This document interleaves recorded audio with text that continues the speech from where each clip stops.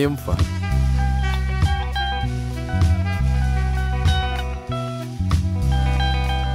Labiausiai mano mėgstamas būdas žvejoti vasarą kiršlius.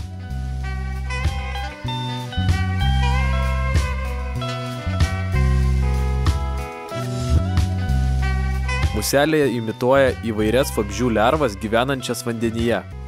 Būtent šios lervos ir sudaro didelę dalį pačių įvairiausių žuvų racioną. Todėl užsiėmus galima pagauti ne tik kiršlių ir upėtakių, bet ir karosų, karšių, kuojų, raudžių, ūsorių ir panašiai. Muselės rišamos iš įvairių medžiagų, neretai naudojant papildomus sunkinimo elementus, tokius kaip po kūnu vyniojama švininė viela arba įvairių spalvų žalvarinės ir volframinės galvutės. Esmė yra pravesti ar praplukdyti paskendusią muselę. Kontaktus taip pat naudosime abu – matyti ir jausti.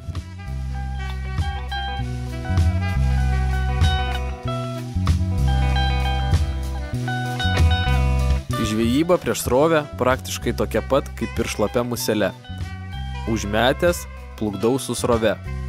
Kadangi jį paskendusi ir valas nėra įtemptas, kibimo tikrai nejausiu. Vėl stebiu valo galiuką.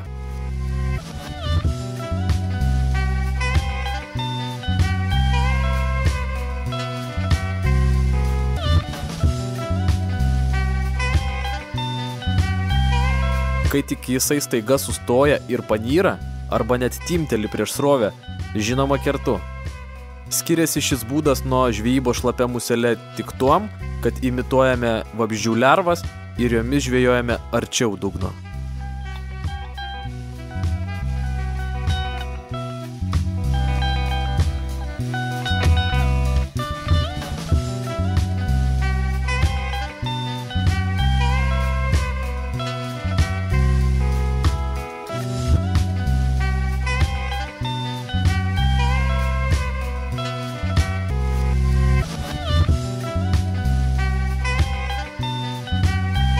Žvejyba pasroviui.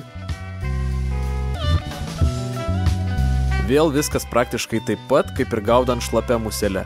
Pravedinėsiu taip pat nuskendusią muselę ir pravedimas vėl bus ne visai natūralus.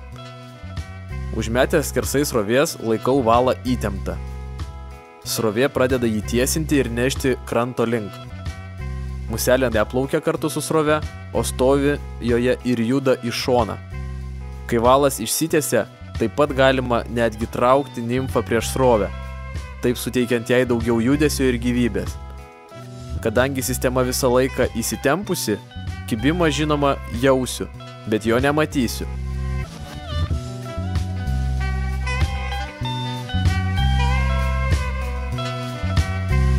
Pajuntu kibimą ir belieka tik pakirsti.